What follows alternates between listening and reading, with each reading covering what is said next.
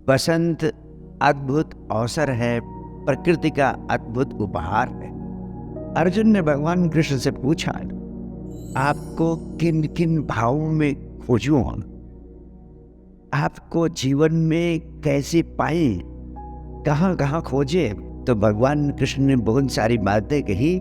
उनके साथ उन्होंने कहा, अगर मुझे खोजना चाहते हो, पाना चाहते हो, तो ऋतुओं में मुझे बसंत ऋतु में खोजना, वहां मैं तुम्हें मिलूंगा। बड़ा महत्वपूर्ण है। उन्होंने कहा, बसंत में मैं उपलब्ध होऊंगा। आखिर बसंत में ही क्यों? परमात्मा तो सर्वत्र, परमात्मा तो हर क्षण है, हर ऋतु में है, हर मौसम में है। लेकिन कृष्ण कहते हैं, मुझे खोजना है तो बसंत ऋतु में खोजना। आखिर इसके पीछे राज क्या है? वास्तव में खिले हुए फूलों से लदे हुए क्षण में जो महोत्सव होता है, प्रकृति का जो रास होता है, प्रकृति जब पूर्ण यौवन में खिली होती है, वह अवसर है बसंत का। यानी परमात्मा को रूखे सूखे मुरझाए घरों के भीतर मत खोजना। रूखे सूखे मौसम में, रूखे सूखे पतझड़ में उसे मत खोजना। वहां वो तुम्हें दिखाई नहीं पड़ेगा।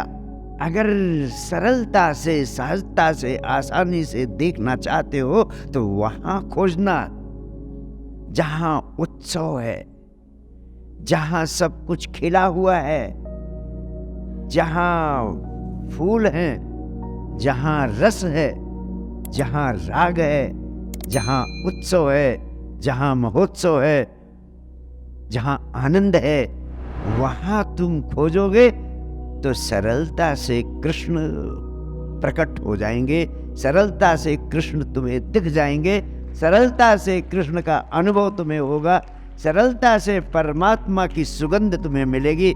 इसलिए इस अवसर को महोत्सव बनाने के लिए प्रकृति ने तो महोत्सव का बसंत उपलब्ध करा दिया है। लेकिन बसंत के महोत्सव में भी अगर आप मुरझाए पड़े हैं, उदास निराश मरे मराए पड़े हैं, तो आप कृष्ण से चूक जाएंगे, परमात्मा से चूक जाएंगे। उस अदृश्य अलौकिक परम दिव्य परमात्मा को अनुभव कर सकते हैं कब? जब सारी प्रकृति महोत्सव के भाव दशा में है।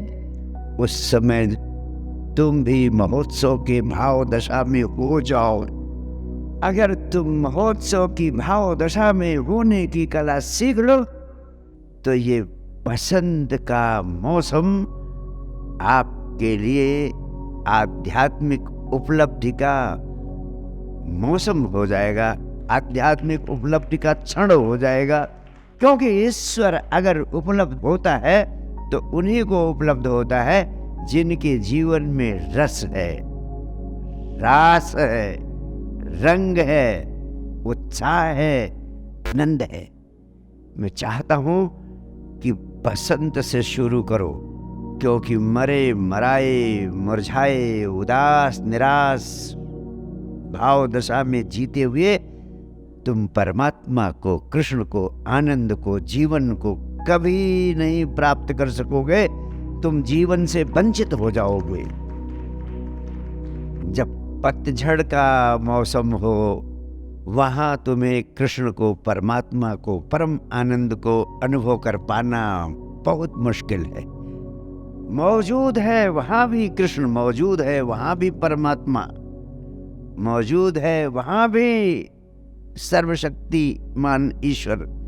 लेकिन मौजूद होते हुए भी तुम दुख में, उदासी में, निराशा में, पतझड़ में जो परमात्मा छिपा है उसे न देख पाओगे। खिले हुए बसंत की बाहों में उलझे हुए प्रकृति के आनंद को तुम आसानी से अपने बाहों में भर पाओगे। इसलिए मैं कहता हूं, जब बसंत है, जब आनंद है, जब सुख है तब तुम परमात्मा को खोजो, तब तुम प्रार्थना की भाव दशा में हो जाओ, तब तुम ध्यान के लिए उत्सुक हो जाओ। क्योंकि अगर सुख में, उत्सव में, आनंद में तुम परमात्मा की ओर उत्सुक नहीं हो सकते हो तो दुख में कभी नहीं उत्सुक हो पाओगे।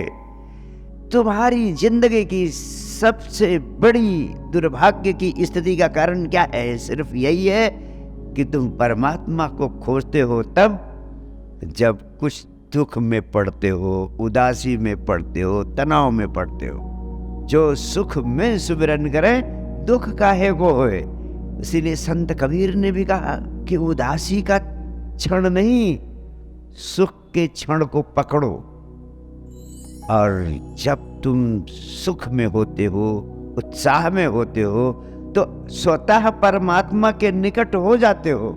सुख में, उत्साह में, उत्सव में होने का अर्थ है कि तुम्हारे भीतर जो चेतना है वही तो परमात्मा है।